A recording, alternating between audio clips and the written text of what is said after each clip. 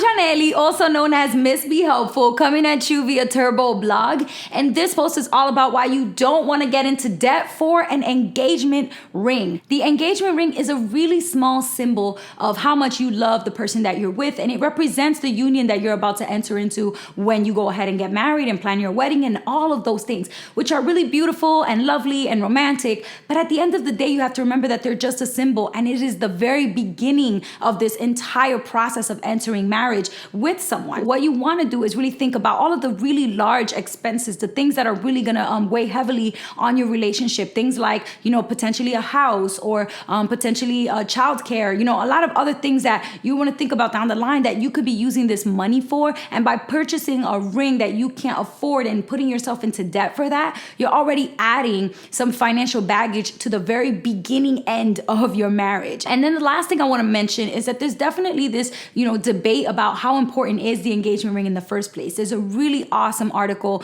written by Broke Millennial, which is Erin Lowry, and she talks a lot about the history and the meaning behind engagement rings. So I went ahead and linked that in the post below because I think it is a really great point to just question the entire practice, the habit that we're in of buying engagement rings in the first place. The diamond industry is definitely pushing diamonds and making that a huge selling point and an influence that pressures people into buying engagement rings that have diamonds on them. But what else could we do if we're not in the position to afford a diamond engagement ring to still show our partner that we really love them and that this is a really meaningful relationship in your life?